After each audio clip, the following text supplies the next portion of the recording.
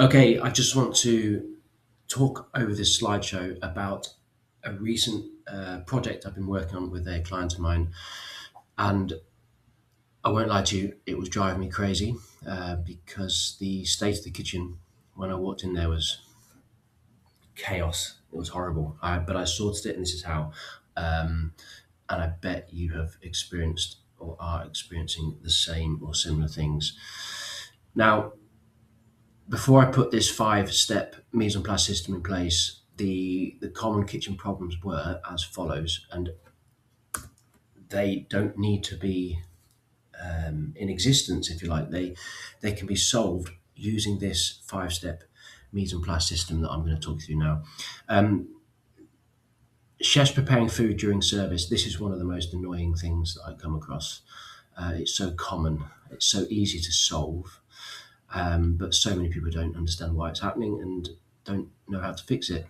But because of this, you've got slower ticket times, more stress during busy periods, constant panic prep, making mistakes, sending out wrong orders, taking far too long to do it, the food, creating mess, creating more washing up, slowing everyone else down, and just it's just wrong. The other one was disorganized sections. So ingredients difficult to find, cluttered workspaces, poor workflow between chefs. This is another important one. Running out of mise en place, so running out of your stock, your backup stock. I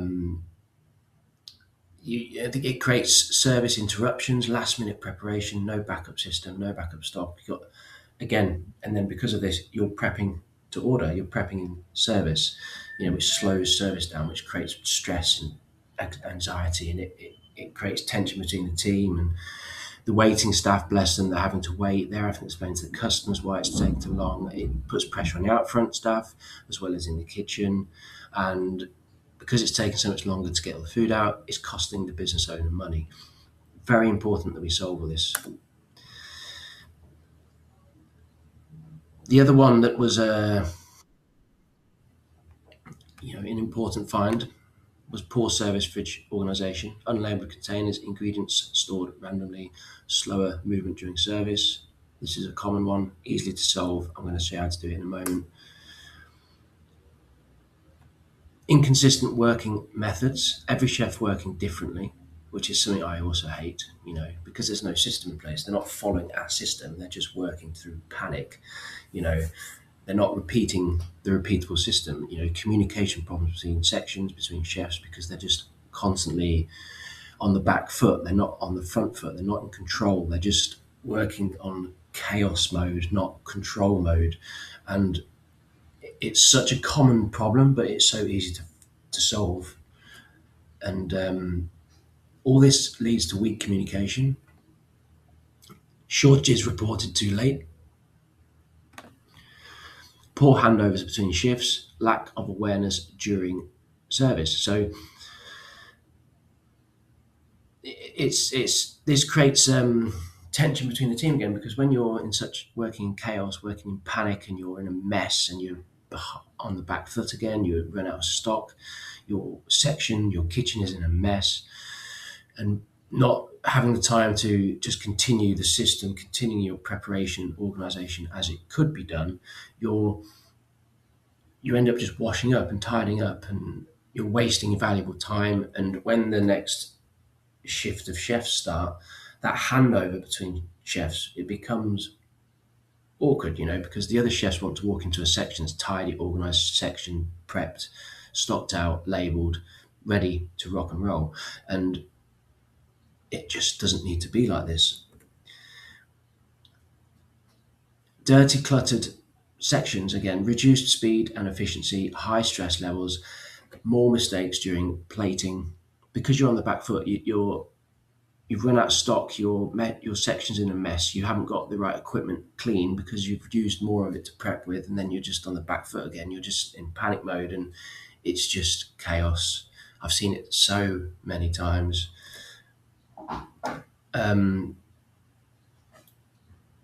Reactive kitchens instead of control kitchens, so constant firefighting, poor planning, chefs always trying to catch up, so on the back foot again, and because they're not following a system and it's just chaos.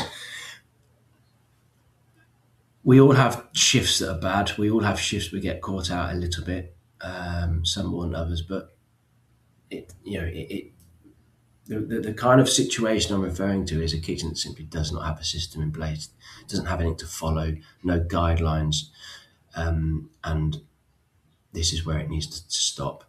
If you're experiencing any of or all of these things I've just explained, then what I'm about to explain will solve them all for you. This is what I do with a lot of my clients. I just put this together because this recent one was so bad that I thought I would solve it for other people. Now, after using the 5-step mise en place system, the solutions are as follows.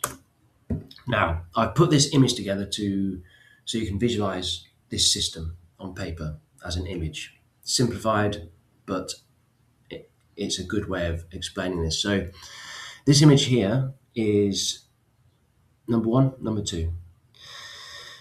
And the daily setup is do number 1, then number 2, and repeat that same thing over and over and over again without fail.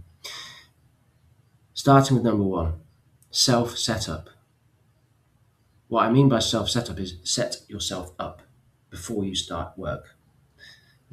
Have you got your correct chef whites? Have you got your knives? Have you got your oven cloths? Have you got the correct, a nice clean blue roll on your section? Have you got your tasting spoons? Have you got a thermometer? Have you got a probe? Have you got a tub of nice clean water to wipe your sides down?